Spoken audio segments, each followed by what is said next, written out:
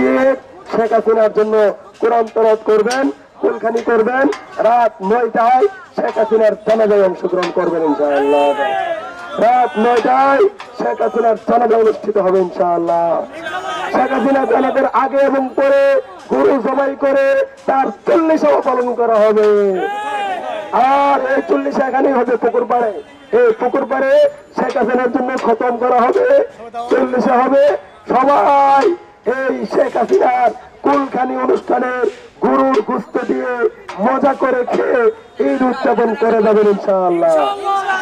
আর তারপরে সকালবেলা যখন প্রাকৃতিক চাপ আসবে, প্রত্যেকটা দাওয়াত রইল বাংলাদেশ জাতীয় পাবলিক শৌচাগারে এসে কোন একদিকে পছন্দ মতে কোন এক তলায় কাজ সেরে যাবেন। আমরা বাংলাদেশে অনেক জাতীয় প্রতিষ্ঠান আছে, জাতীয় গুরুস্থান আছে, জাতীয় ঈদগাহ আছে, অনেক জাতীয় প্রতিষ্ঠান আছে। অত্যন্ত দুঃখজনক ব্যাপার হলেও সত্য, একটা প্রতিষ্ঠান খালি ছিল, সেটা হলো জাতীয় পাবলিক টয়লেট। আমরা এই ধানমন্ডির 32-এ জাতীয় পাবলিক টয়লেট চাই। আমরা ধানমন্ডির 32-এ সারাটা জায়গায় পাবলিক টয়লেটে পরিণত করতে চাই।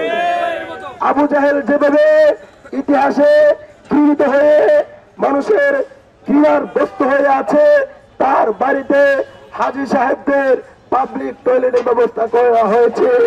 সেই ধারাবাহিকতায় আমরা মুজিববাদের কবর রচনা করে এই ধানমন্ডি 32 বাংলাদেশ জাতীয় পাবলিক টয়লেট দেখতে চাই। ধানমন্ডি সহ ঢাকার আশেপাশে যারা আছে, বাংলাদেশের সারা দেশের 18 কোটি জনতাকে আমরা দাওয়াত দিচ্ছি। বিশেষ করে কলকাতার যাদেরকে দাওয়াত দিচ্ছি, তাদের এলাকায় এখনো স্যানিটারি পাবলিক টয়লেটের ব্যবস্থা করতে পারে নাই, যারা বাংলাদেশকে খুব বেশি মাথা কামায়, আমরা তাদের জন্য বাংলাদেশে জাতীয় পাবলিক টয়লেটের ব্যবস্থা করেছি।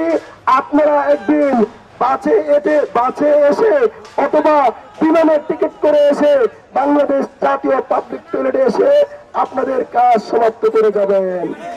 বিশেষ করে এই ময়ূখ রঞ্জন ঘোষ চাপাবাজ, তোমাকে দাওয়াত দিচ্ছি। তোমার দাদা, তোমার আব্বা খানা জাতীয় টয়লেটে তুমি এসে একদিন তোমার কাজ ছেড়ে দিও। তোমার কোনো ফি দিতে হবে না, একদম ফ্রি তোমাকে সুযোগ করে দেওয়া হবে, একদম ফ্রি তোমাকে সুযোগ করে দেওয়া হবে। তোমাকে আরো দাওয়াত দিচ্ছি, তুমি চাইলে মুজিববাদের যে কুলখানি, এই কুলখানিতে তোমার মাতা হাসিনা গুরু আমরা জবাই করব, চাইলে সেখানেও তুমি অংশগ্রহণ করতে পারো, তোমার পেটের চাপ বাড়াইতে পারো। তোমাকে দাওয়াত দিলাম যেন তুমি এই পাবলিক টয়লেটে এসে তুমি তোমার চাপ প্রয়োজন পূরণ করতে পারো। বাংলাদেশের মানুষ তারা এই ইতিহাস কোনোদিন ভুলবে না। এই পৃথিবীর ইতিহাসের মানুষ নমরুদকে এখনো ভুলে নাই, কিয়ামত পর্যন্ত ভুলবে না।